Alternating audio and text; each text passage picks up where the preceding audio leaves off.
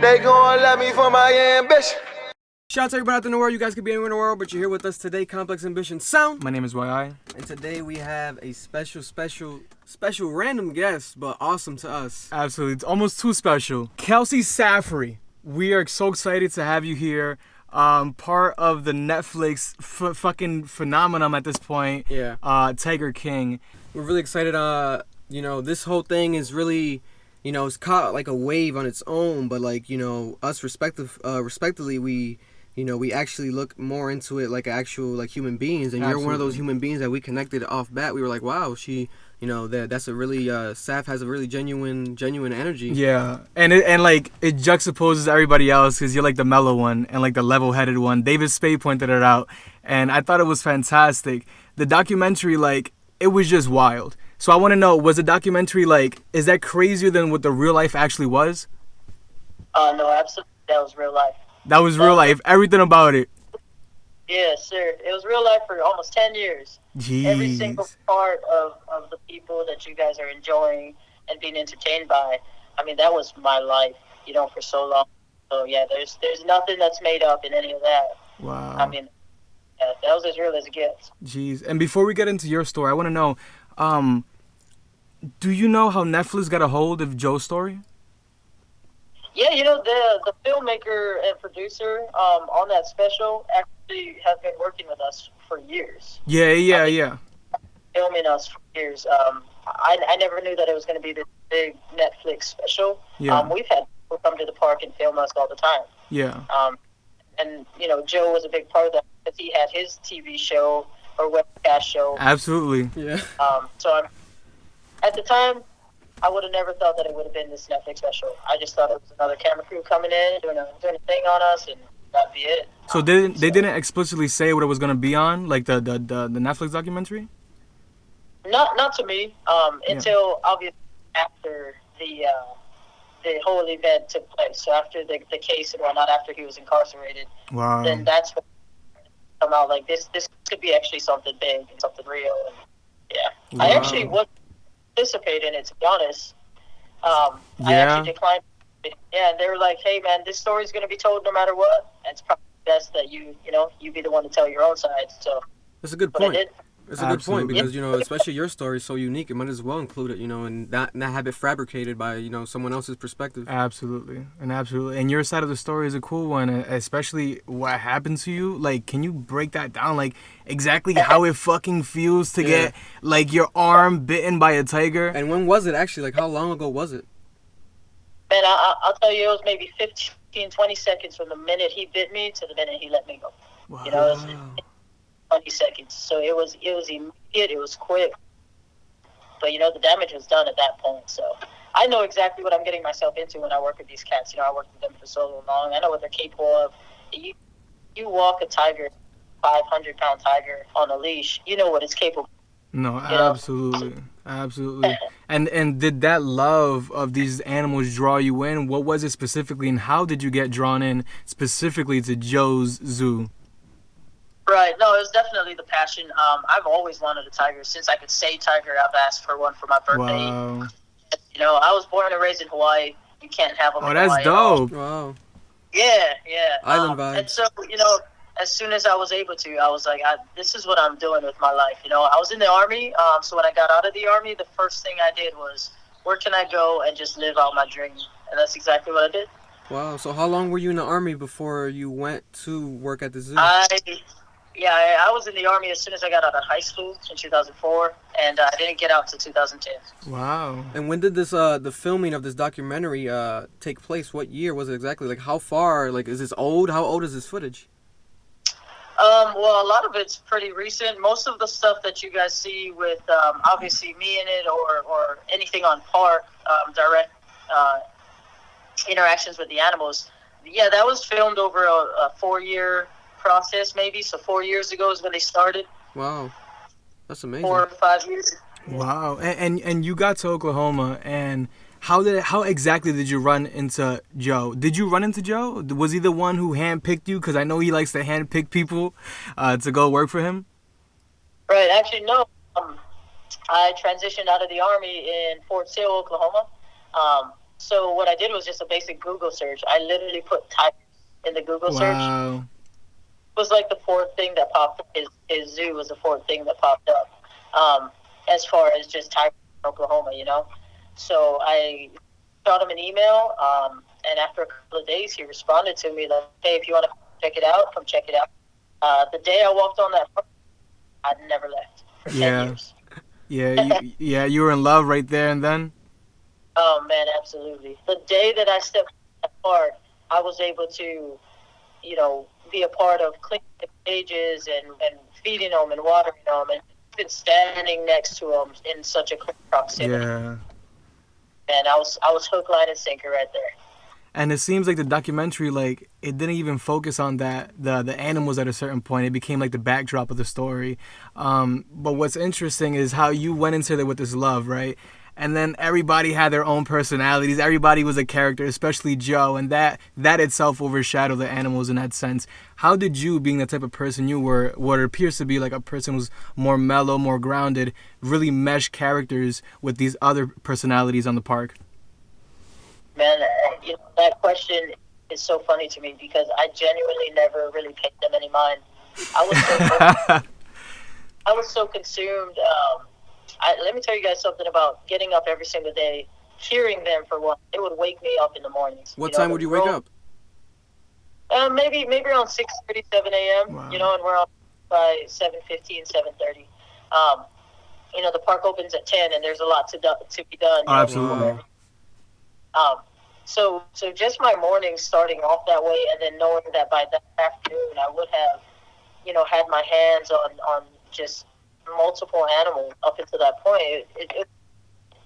When you love what you do, man, you live life, you know. Yeah, that's beautiful. So I definitely consumed myself within the animals and being able to experience. I didn't even see them on. I didn't pay them attention. Yeah, absolutely.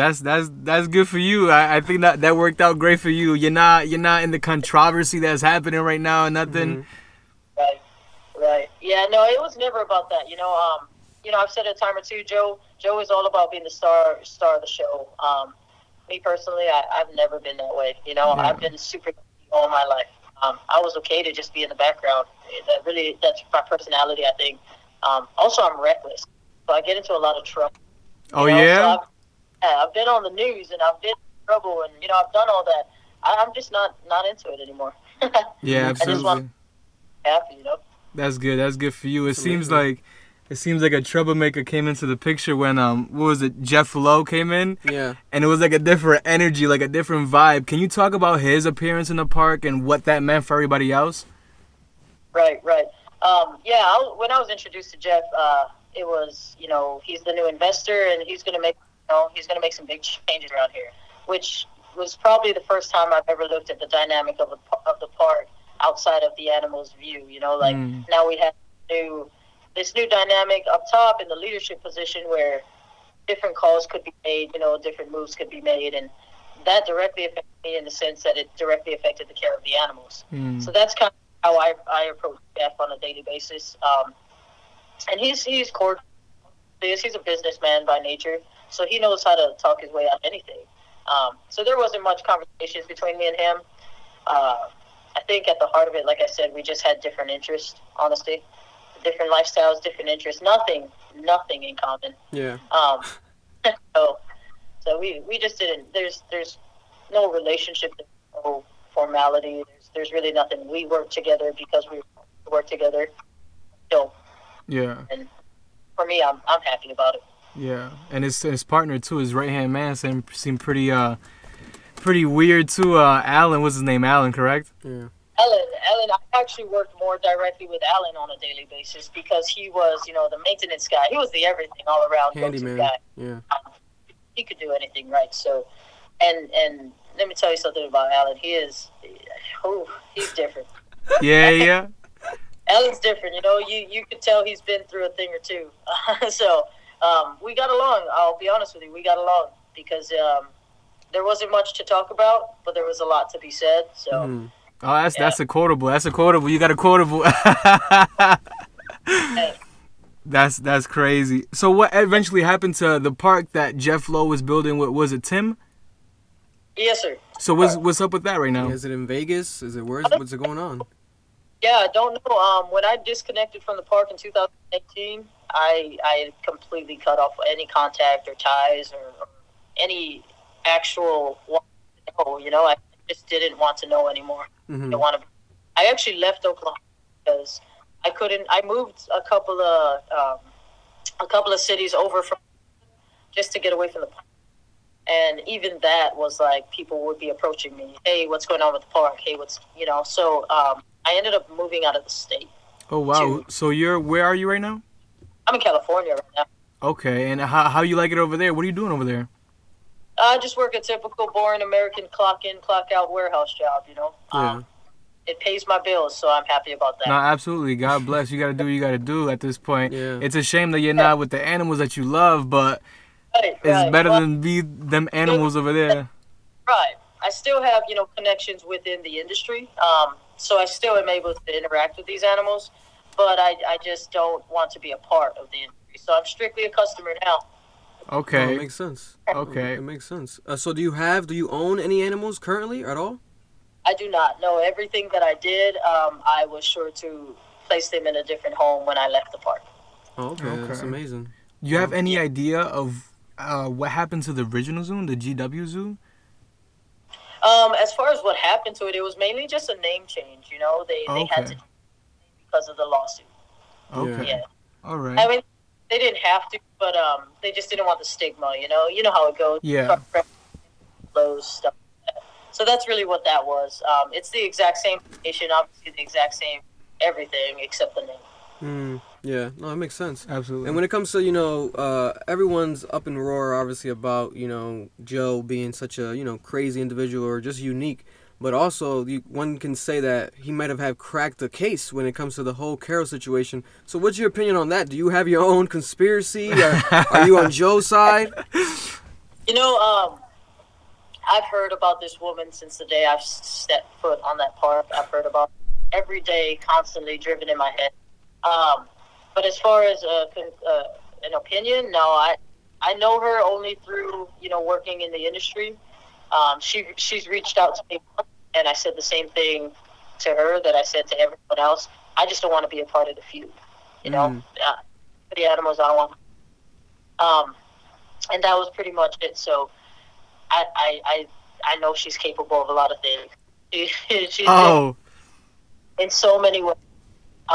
But do I have an opinion on it? No. That's good. You gotta play neutral. You never know. Absolutely. I'm gonna ask you this question specifically because I'm a fan of the show. This shit was crazy, but when that warehouse got on fire, it was shown that the warehouse with the studio equipment. It was shown that Joe was talking to the lawyer previously, and that he was saying that was it Kirkham? What's his name? Kirkham owned the footage and basically owning Joe, and that's the reason why they believe that Joe is the worst person who burned the studio down. Do you have any conspiracies on that? I don't have any conspiracies. What I do know, what I stand by 100% is that I would hope that the man I worked with for almost 10 years, dedicated and for these animals, did not do that, because animals did die in that. Yeah. And that, to me, was the biggest loss. There's no amount of money to replace any of that. You can't run a place that advocates animals and have something like that happen and be okay with it. So my only response to that is I genuinely hope that he did it. Yeah, I agree, because at the end of the day, if he did, that's some evil, that's some next level, almost supervillain type of shit right there. That's mastermind type of shit. My God, Mastermind. My God. Man, it's crazy because I wonder, up to what point was Carole Baskin a real threat? Because he hated her. Fucking Carole Baskin, was Carole Baskin really a threat to him and his livelihood?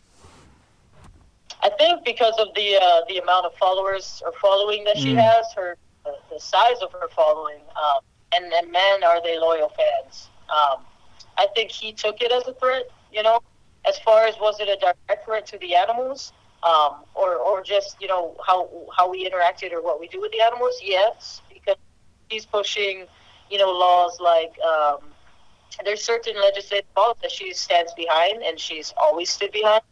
And those laws, if passed, would actually stop us from interacting with these animals, hands-on. Yeah. Not general public, us that are licensed to handle them or to exhibit them.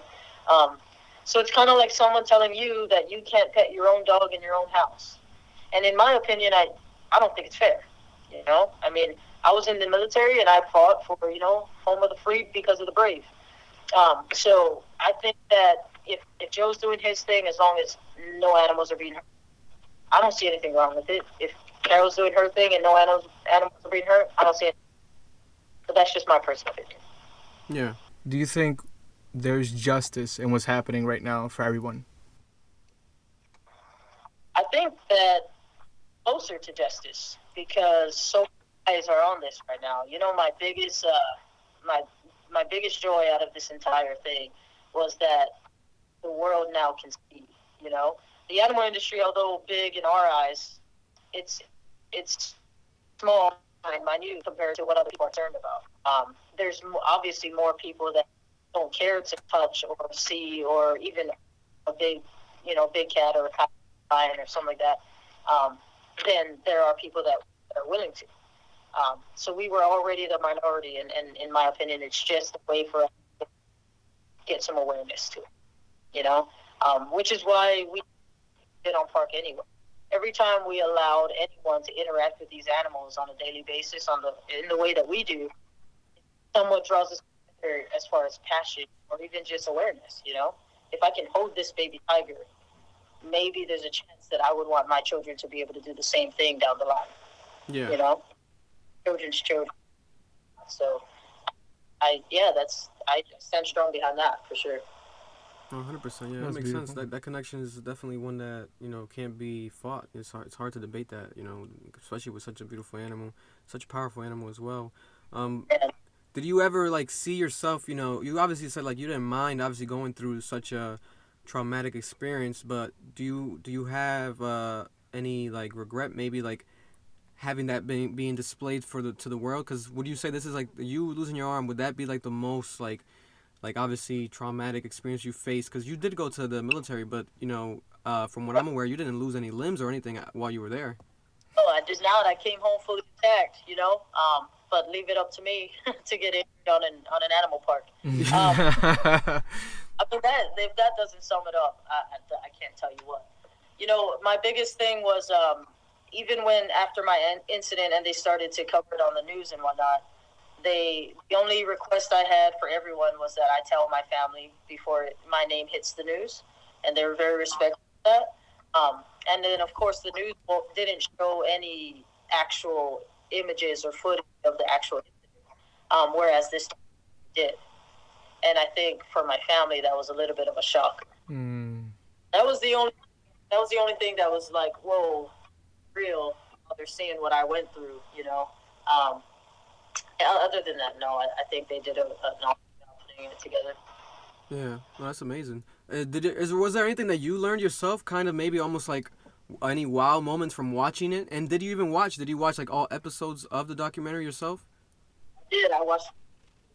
Okay, and did you see anything new, new to you? I think the thing that shocked me the most was that while working throughout the years with Joe, stories about the guy or that other guy, and I'm not talking about how they are as people, just doing what they're saying, in personal conversations between each other. And you always think not like that, it's just he's taking it he's just being paranoid and stuff. Man, this documentary, it just shows how much it's weird because we're all in the same industry. We're all working with these incredible animals on a daily basis. And you would think we'd be friends, but it's amazing to see how big of enemies. And that's unfortunate. Probably why we're not as progressive as we should be in the advocacy of animals is because we're too busy fighting against each other. Yeah, there's definitely a lot of envy and a lot of greed and a lot of I don't know. I didn't expect it to be like that. People grow up with the classic what was it, the alligator, Crocodile Dundee, and all these type of like, you know, Animal Planet. It's so like soft and pretty, but man, this documentary showed like kind of like an unrated version of that whole world. Yeah, the darker side. Exactly, and that's exactly it. And I think that honestly was the biggest shocker for me, because, you know, a tiger, a lion, and a bear is predictable. They're wild animals. You know exactly what's going to happen. Mm-hmm. A human look you right in the face, man. Look you right in the face, shake your hand, say hi to your wife, and then, you know, go on a documentary and just destroy you. Yeah, it shows like the humans are more animals than the actual animals. That's exactly my point. Exactly. Yeah. You know, that was the shocker to me, for sure. Yeah, that's amazing, man. Yeah. This documentary is gonna do what it's do. It's a viral sensation.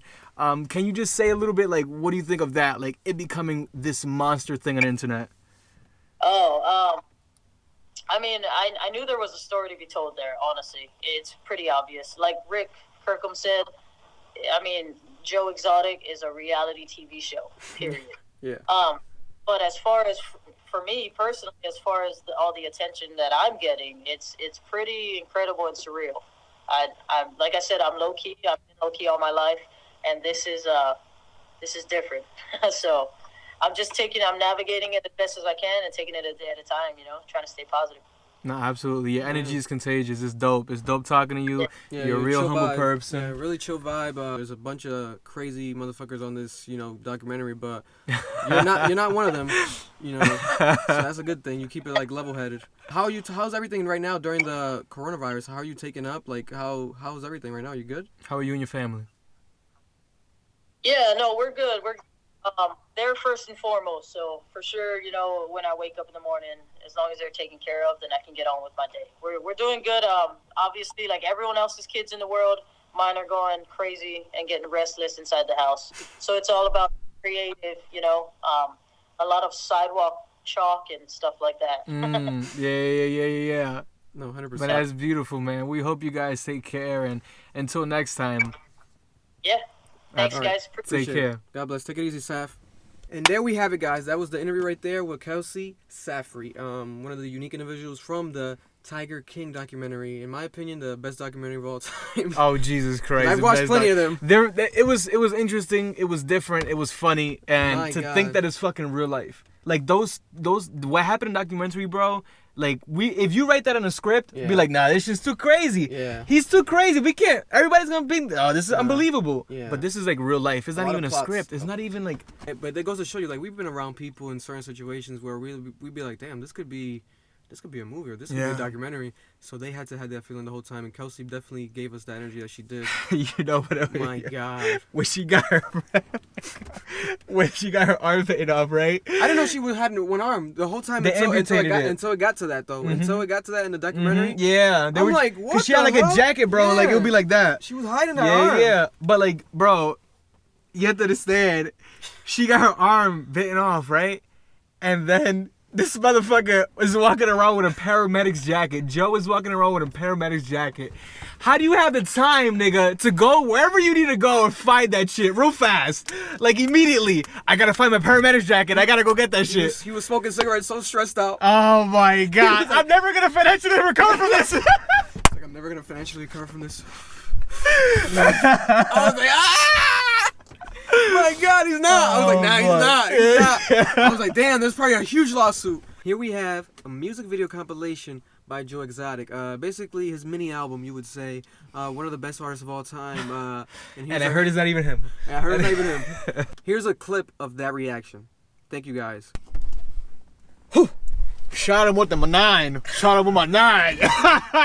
Shot him with my 9. Fucking Carole Baskin killed her husband Dan. Fucking bitch. Fucking hate that bitch, Carole Baskin. The phenomenon that is Joe Exotic. We're gonna watch a montage of his clips here. The man did not sing for himself. No. But there's a video, nigga, in the Netflix series. This nigga's in the car. He said, I love listening to myself sing when I drive. Shut the fuck up. Now I understand. So this is goodbye. My last farewell. Hold up. This is a Oh man, he's crying for real. Hold up, this. Hold the fuck up.